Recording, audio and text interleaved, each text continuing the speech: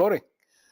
For the last couple of days, I've talked about the fact that we're expanding MUMPS from just being the database and the MUMPS language, making it accessible to other languages. And the first API is really C, so that's what I'm going to talk about today. So what we'd like to do, make available to other languages the features that make the database so useful to the MUMPS language. And one is the tight binding of the database to the language, the dynamic linking, and in fact, the dynamic relinking, because in MUMPS you can actually change the definition of a routine. There's multitasking. There's the interactive and incremental usage, so you can actually use it interactively and type lines of text, and then have that, and then put that same text effectively and in programs. And hierarchical locks, we've talked about that. That's something that's different and powerful. And also the YOTD/GTM implementation has got support for ACID transactions. So we've talked about these. So again, reviewing what the value of MUMPS is, the diamond really is the base. The code is mature and proven, and this is really the experience that we want to make available to everyone. And as we've talked about, the language is what it is. So if you know the language and you love it, you love it. If you don't, well, it's okay. So if we look at C, what are the features that we can carry over from MUMPS to C? Well, our goal is really to make the tight binding of the database to the language available to C users as well. Very doable. C does have dynamic linking. However, you don't have dynamic relinking. Once a process is linked to routine F, it can't link a different version of F. Multitasking is inherent to C in the underlying operating system. Interactive and incremental usage. There are some implementations of C that allow this, but none of the mainstream ones. So that's not something that we can provide. And certainly we intend to provide, we do provide hierarchical locks and ACID transactions to C programmers. Now this is actually all code that is available in production, available in a production release today. And if you look at the user documentation, it's out there. So we actually added a new manual. Previously, we had the programmer's guide, the administration operations guide, the messages and recovery procedures guide, and now we also have a multi-language programmer's guide. So today it primarily has the programming in C, but as C is really the gateway to other languages, we will be adding support for other languages and documenting them in this multi-language programmer's guide. So one of the things we want to do with the C API is we want the C API to be intuitive to C programmers. Because if you make something which is, where you have to sort of, stand on one leg, turn around and, balance with your eyes closed for 30 seconds while drinking a beer, it's not going to work. So it has to be intuitive. And C programmers, think in terms of things like symbolic constants, or they think in terms of macros, and these are all things that MUMPS doesn't necessarily have, but C is the way it works. So we have symbolic constants, and the symbolic constants are things like function return codes.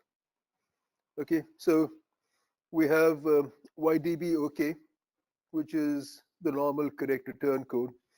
We have symbolic constants for error return codes, and for anyone who uses YOTDB, these mnemonics should be familiar, because those are the standard mnemonics of error codes, and we just prefix them with YDB_ERR, and so you have several hundred of these things corresponding to the different errors that YOTDB can return. We have limits, such as what's the maximum number of subscripts? 31, but that may change in a future release. So when you're writing C code and you're testing, you always test against these symbolic constants. You don't test against hardwired values. And by the way, For those who don't quite appreciate it, some of the changes that we made in GTM before I left, which are now part of YARA-DB, is in effect you have symbolic constants in mumps as well. And the way you do that is by doing, for example, you can do a dollar text and a dollar piece of a line of code, source code. That is evaluated at compile time.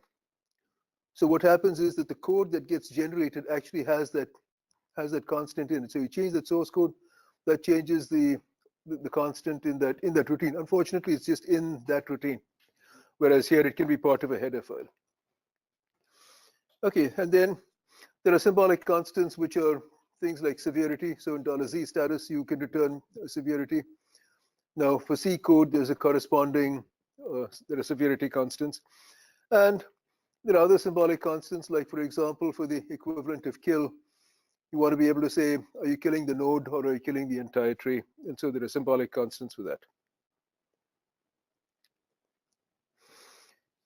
Again, with mumps, there is one data type and one data structure. And with C, you've got to be a little bit more explicit. So essentially, YDB buffer T is the data type for exchanging data between the runtime system and C code. So what is it? It's basically a pointer to malloc storage where you can actually store the bytes. And then there are two values. There's a length that's been allocated for that storage, and the length, the number of bytes of that storage that are actually currently in use. Okay, so this allows you to, so you can basically allocate a storage for a string, and then even as the length of the string varies, you don't have to keep reallocating storage. If you're writing mumps code, this is done automatically for you by the mumps implementation.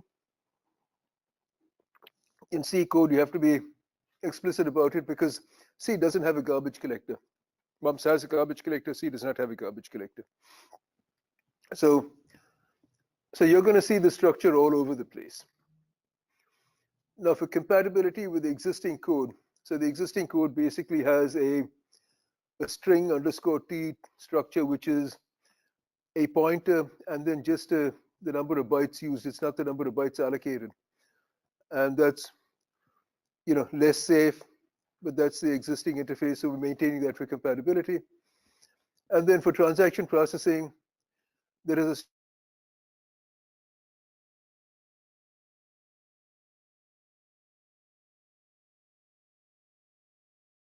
structure which is basically a pointer to anything that you want it to point to.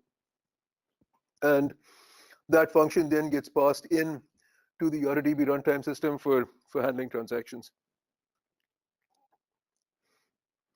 And then C programmers are used to macros, and we provide macros for taking YDB string type and doing things like getting data into it.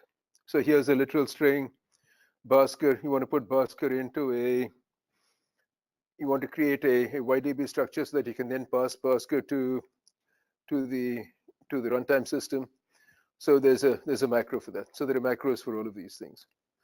And there's a bunch of utility macros for doing things like, well, there's a utility macros. Let me just leave it at that.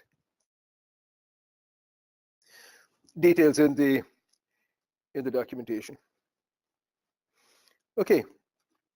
Then we have the simple API itself, which is essentially all of the core functionality of the M data store, the mumps data store.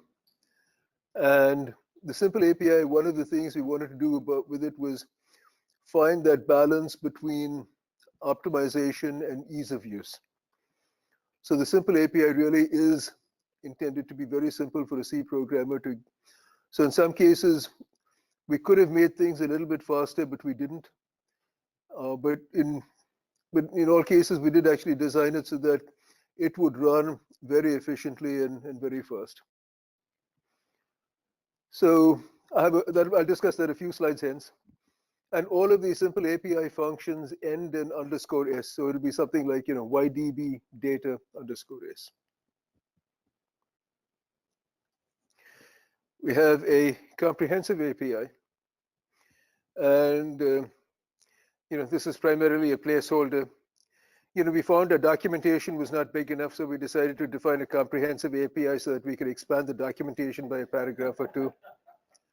But it's basically going to be, it's an exercise for the future. And what that will be an API which will be heavily optimized to maximize performance. So there'll be a lot of optimization in it, but it may not be as easy to use. And right now we don't know where the inefficiencies are or where the potential optimizations are. So it's an exercise for the future. And then of course we have utility functions. So for example, when you do a fork exec in C, well, the other process still has all of the connections to the database from the original process. So you've got to do some initialization so that the runtime system doesn't get confused. So there's a whole bunch of like 20 or so different utility functions. Okay, so let's look at the simple API and what it looks like.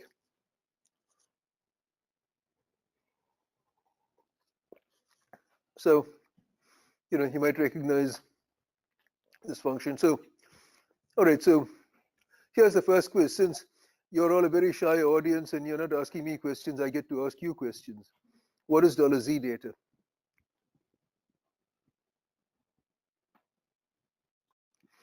And the hint is it starts with a Z. Usually it means the UTF-8 version of data, but it's not, it doesn't make sense. No, that's a good guess, but it's not. So because of the fact that YartaDB has aliases, so local variables can be aliased.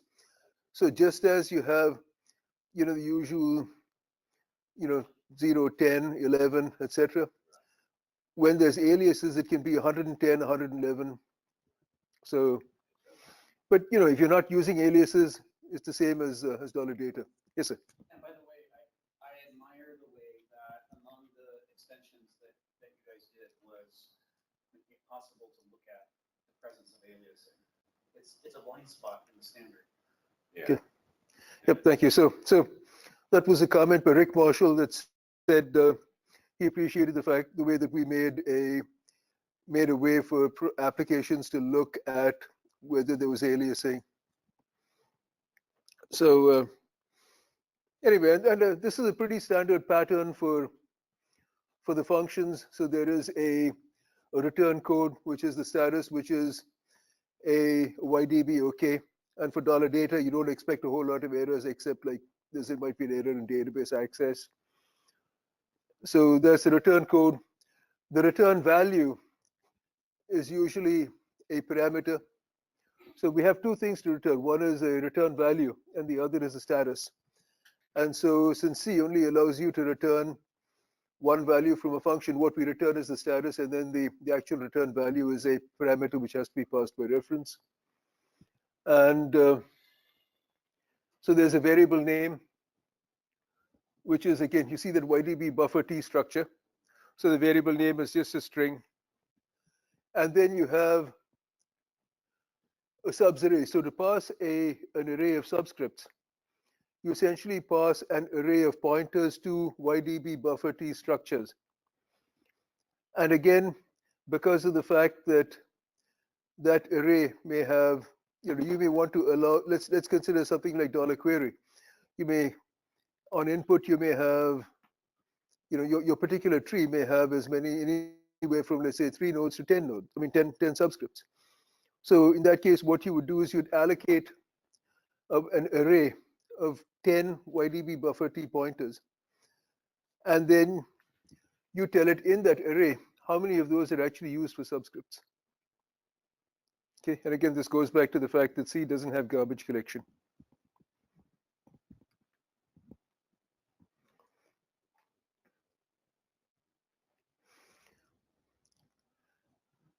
And then we have ydb delete s, which is essentially both kill and zkill or zwithdraw. And again, you see that same pattern for passing in a variable name. And by the way, if it's an intrinsic special variable, you just pass 0 in the subs used because there are no subscripts for an intrinsic special variable. And then you use a symbolic constant to say what type of delete do you want. Do you want to delete just the node, or do you want to delete the tree?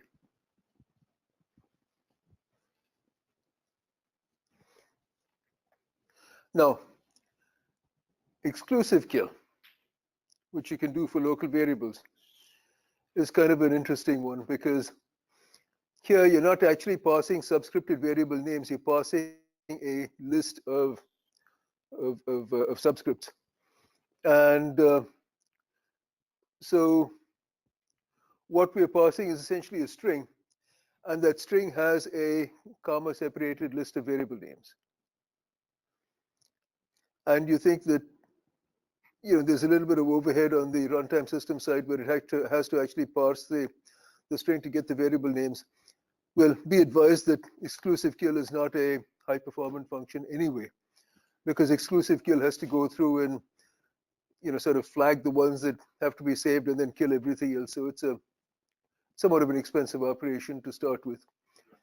So again, this is how that works. And then ydb get s is basically getting the value of a node. It's not like $get. So $get will never return a data not found error. This is more like accessing a variable in an expression, where if there's no value out there, it'll come back with an error, like gb undef or local variable undefined. So this is getting the value of a node, and if the node doesn't exist, you'll get an error.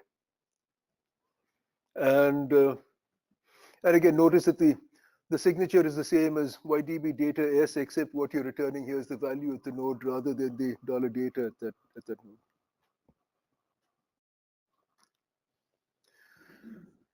And then we have now one of the nice things about C versus mumps, in mumps, there's really this dichotomy between commands and functions.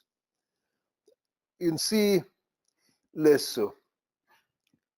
So we have $increment, and again, so in mumps, $increment and commands like set are actually two different things. In the case of the C API, they're actually a very common API.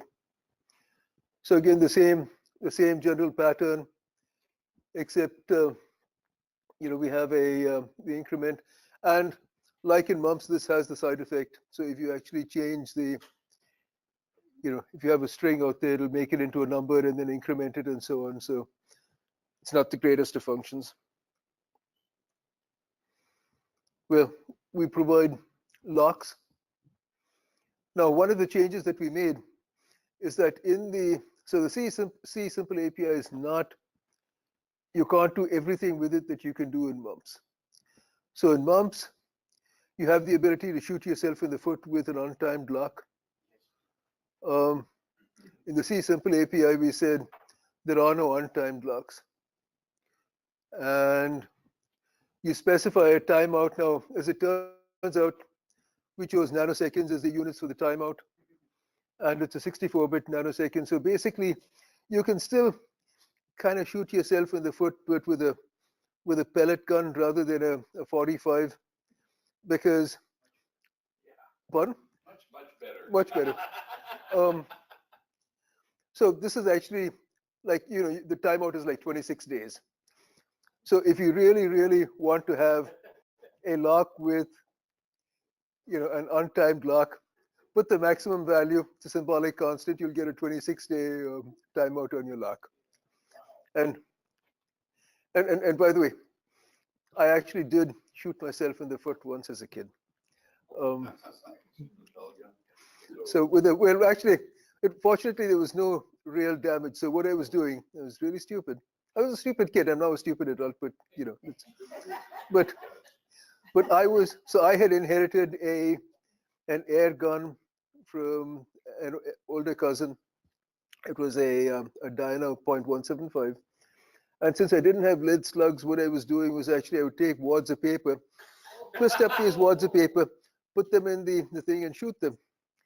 And so what I was doing was I'd set up a target on the other side of my room.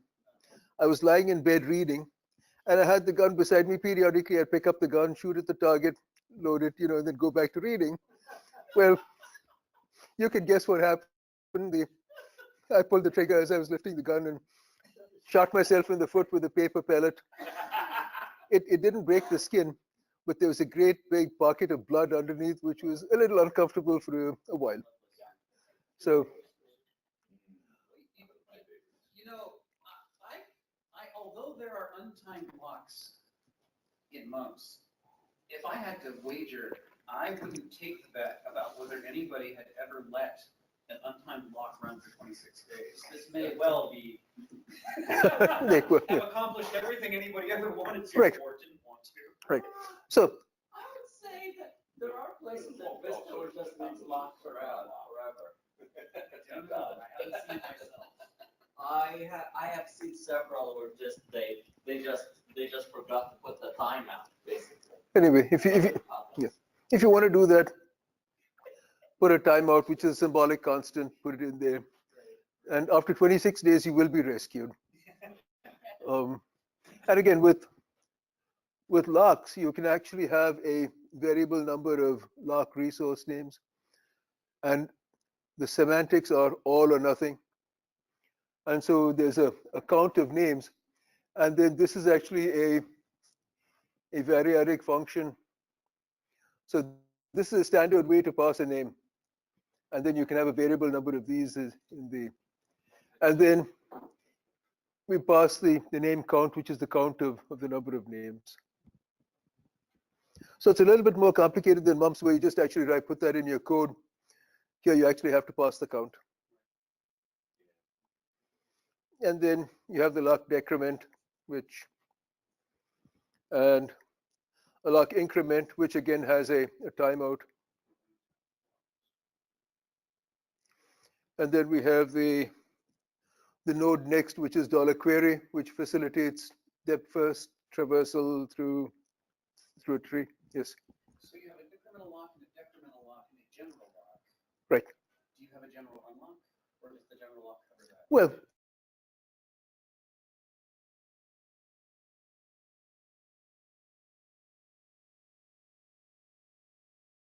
the semantics of mumps. Yeah, so if you pass no lock resource names, it'll do the same thing. And by the way, you can pass a timeout of 0, it'll work. Bless you. Task manager thanks you. Okay, so now in the case of $query, you have to pass in a subscript array and get a subscript array out. So so that's why we have the same pattern for both input and output for subscripts. The variable name, of course, doesn't change. And similarly for reverse $query, which is not part of the standard, but what? Next standard, but it's not in the current standard, but we implemented it anyway. So it's there. And then there is YDB set S, which has the same signature as YDB get, except this time you're passing in a value to set at the node. And then this is for breadth first traversal. We have YDB subscript next. And here, of course, you don't have to get an array back. You're just getting a value back, which is that subscript. And then reverse $order.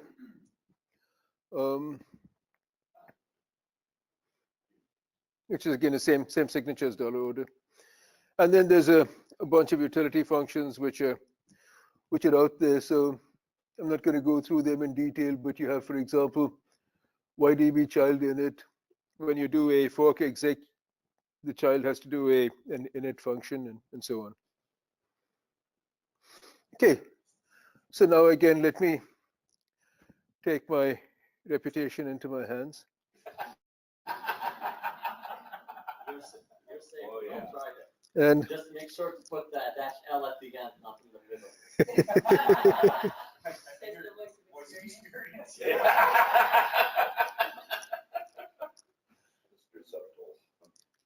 so what I have is, let's look at a couple of functions.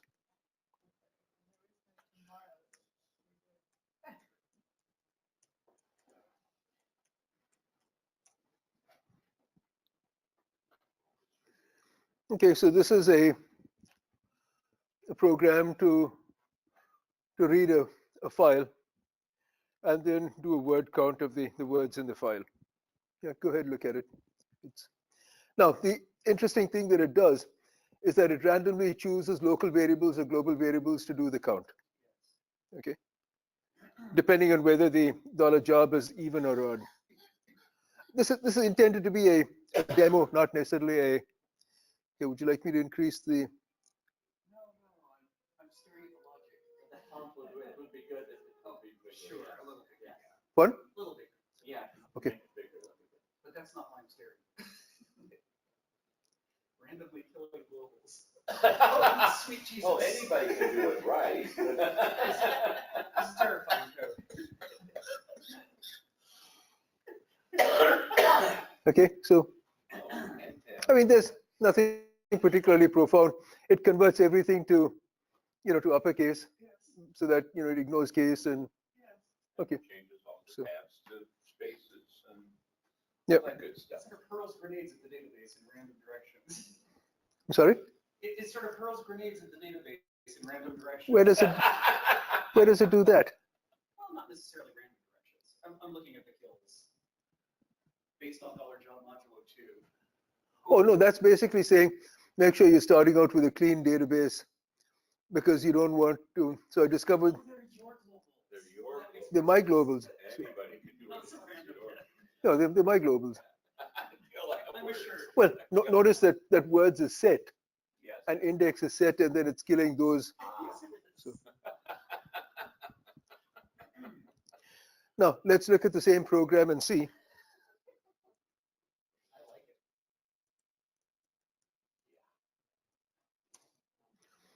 So it's a little longer. So, but what you have is a bunch of include files.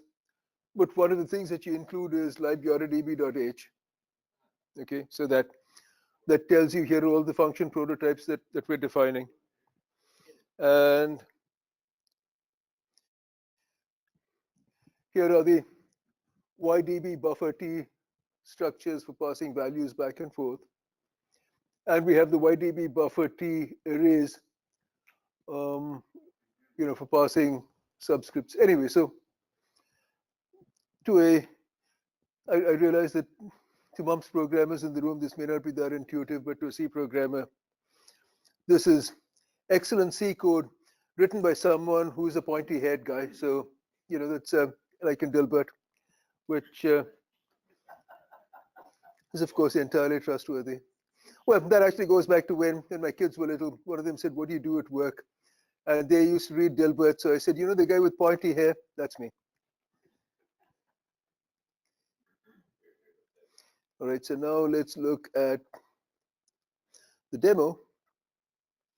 I think that's the one. Okay, so let's get, okay, so let's clear the screen. It amuses me that your preference is the retro, like text on a black background. It brings back memories. Oh, okay. Yes. Oh, We like it. okay, so this is basically the standard, YOTDB directory that gets set up with the default, and have the word freak.c input to have a, the correct input and the correct output. So, and what you would do is basically run the, source the header file which sets the environment variables. And again, the operation of YOTDB is controlled by environment variables. And then you compile the C program.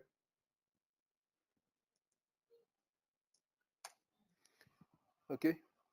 I'm sorry, I think you should Change your background, sorry. Okay. Can't see it.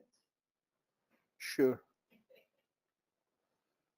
course, this is the background that Sam usually uses.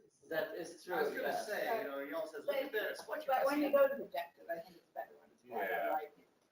There's a certain amount of, Schadenfreude. yeah, I'm Exactly. really feeling good. There Does you that look go. better? How's that for contrast? Ah. So, okay, okay. All right, so I compiled it, and as when I compiled it, notice that now I have a C program, the word freak C program, and now I can say, so run that program. Let's feed it the input, and then let's send the output to.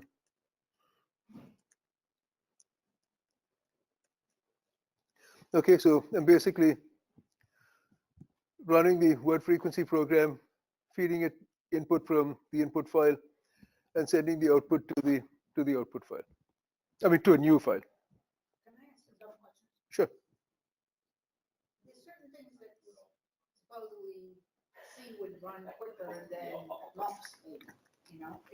This is actually taking C programming and sending it through mumps. We're translating into mumps and getting the mumps to do it? No, this is doing C.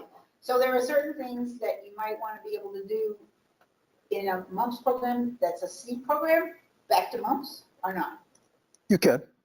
And you can call from mumps to C, C to mumps, C to C, mumps to mumps.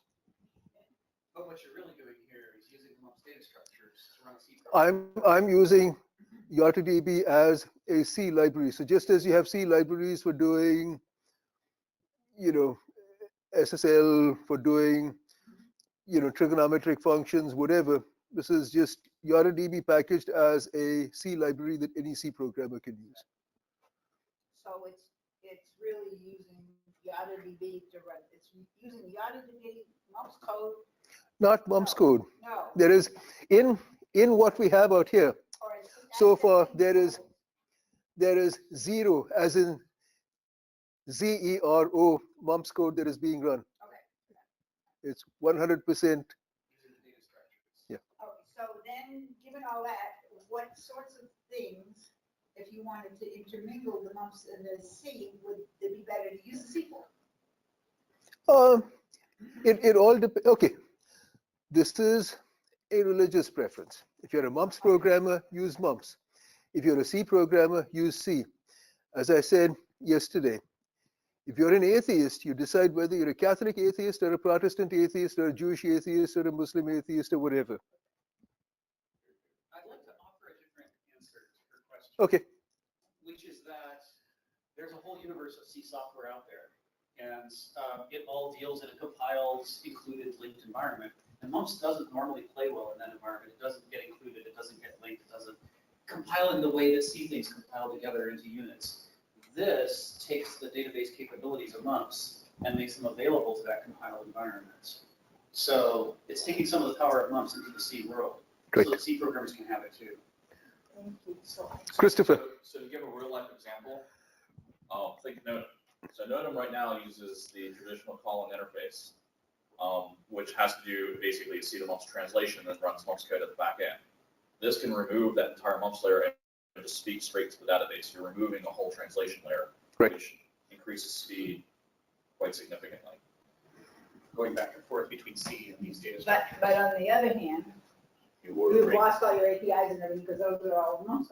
Oh, sure. You wouldn't do this if you needed those. Yeah. You do this if you needed those data structures. If you're calling FileMan, you would call FileMan and call mumps code. Right.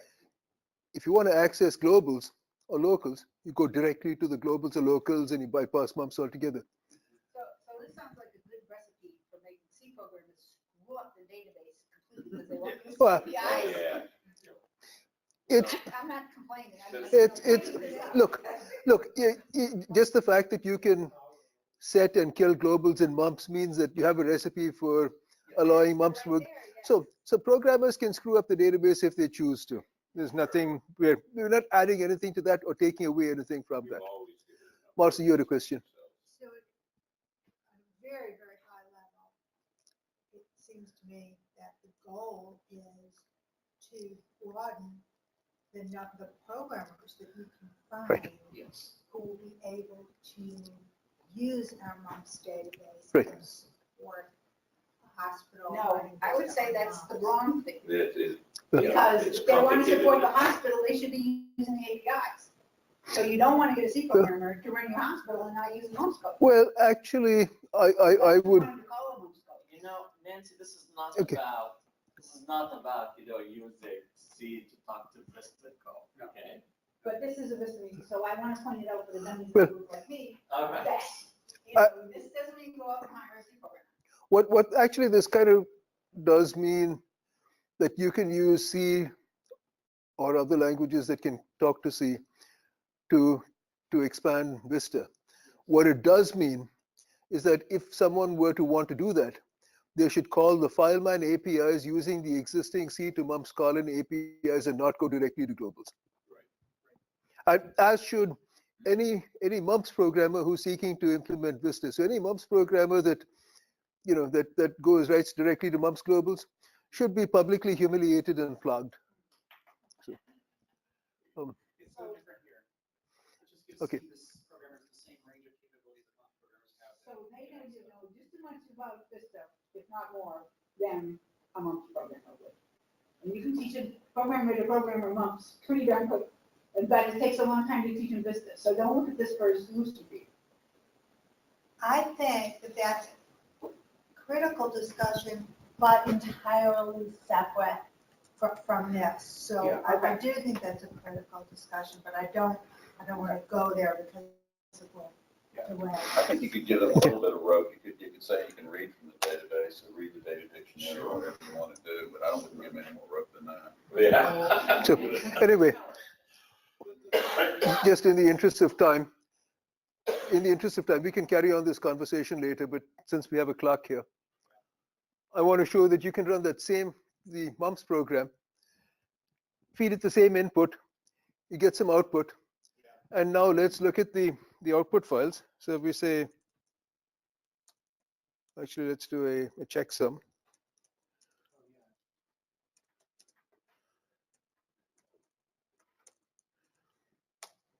Okay, so you can see that the reference output, the M output, and the C output all gave you exactly the same answer.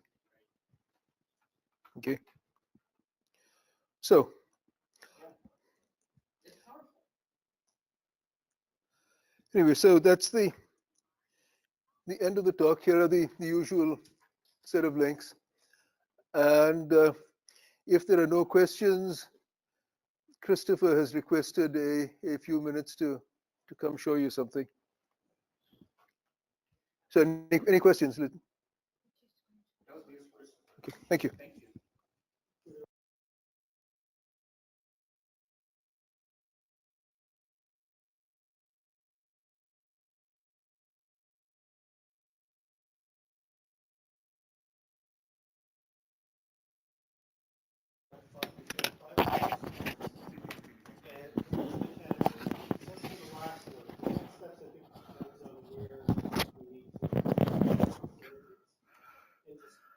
Basically, right, mark down what you think is the most important thing that you should consider focusing on in terms of next steps and going forward.